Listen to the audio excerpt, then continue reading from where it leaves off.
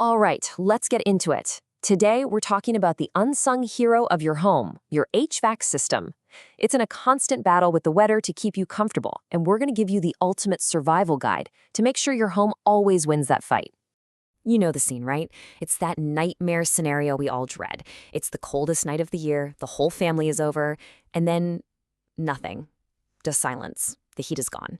And that's not just an inconvenience. When it's truly brutal outside, that's a real emergency. So that really begs the question, doesn't it? When that next crazy heat wave hits, or a polar vortex rolls in, is your climate system actually ready for the fight? Or is it kind of hanging on by a thread? Let's find out. To really understand the kind of stress we're talking about, let's zero in on a perfect example. Waukegan, Illinois. Sitting right there on Lake Michigan, its climate is like a relentless obstacle course for any HVAC system, pushing it to the absolute limit, year in and year out. So what does this gauntlet actually look like? Well, you've got these super humid summers that make your air conditioner work twice as hard, not just to cool the air, but to rip all that moisture out. Then, bam, you get brutally cold sub-zero winters where your furnace is just running and running. All the while, that moisture coming off the lake is literally corroding the metal parts, and the constant freeze-thaw cycles are putting huge stress on the outdoor unit. It's a recipe for breakdown.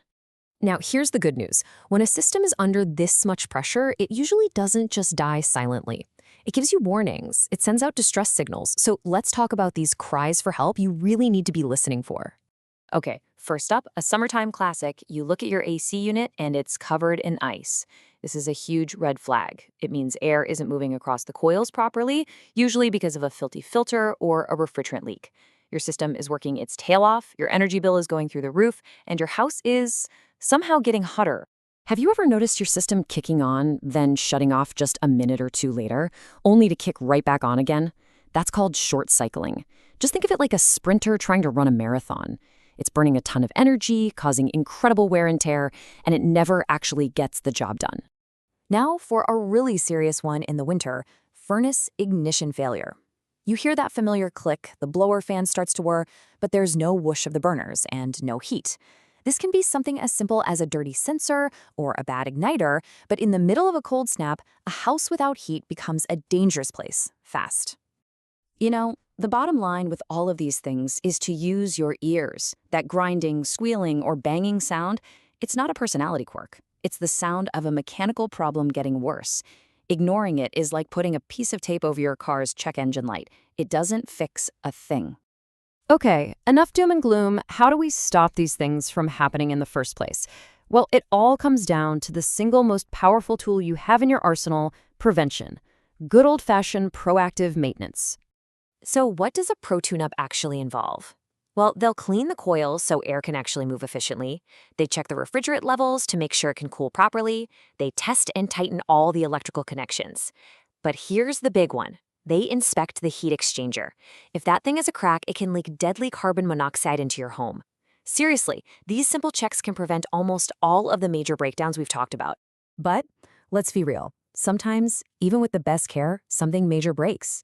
And that brings you to that big, expensive crossroad every homeowner eventually gets to. Do I repair this thing again? Or is it time to just replace the whole system? This chart kind of breaks down the logic for you.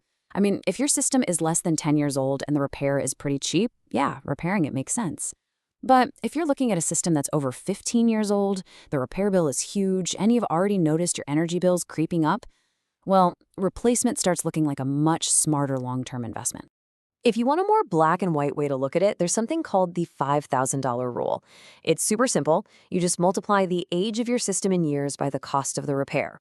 So, for example, if you have a 15-year-old furnace and the repair is going to be $400, well, 15 times 400 is $6,000. Since that number is over $5,000, the rule suggests it's time to start shopping for a new one.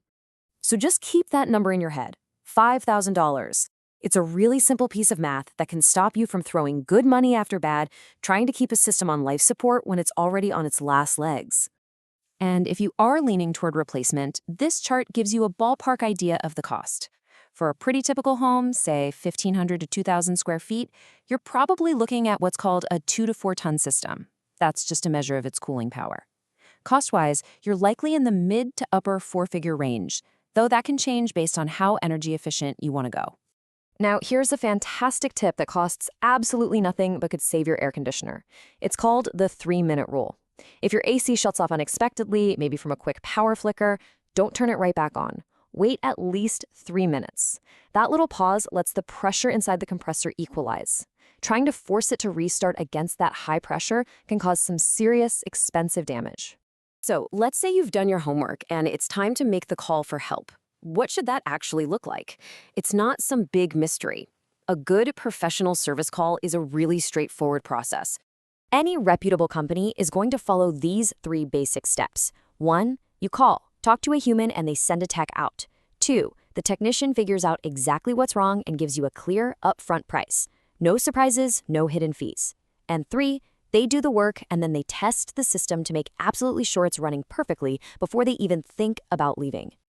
Okay, let's wrap this all up. How can you take everything we've talked about and put it to use today? Let's boil it all down into a quick little health check you can do for your own home comfort system.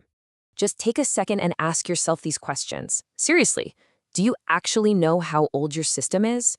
Have you been pretending not to hear that weird rattling noise? When was the last time you had a pro look at it? Are your utility bills getting higher for no reason? And hey, when was the last time you checked your air filter? Just being honest with yourself about these things can help you get ahead of a problem before it becomes a full-blown crisis. Because at the end of the day, your HVAC system is always talking to you. It's communicating through how well it works, the noises it makes, and what it costs you to run it every month. So the real question is, are you listening? What is your home trying to tell you?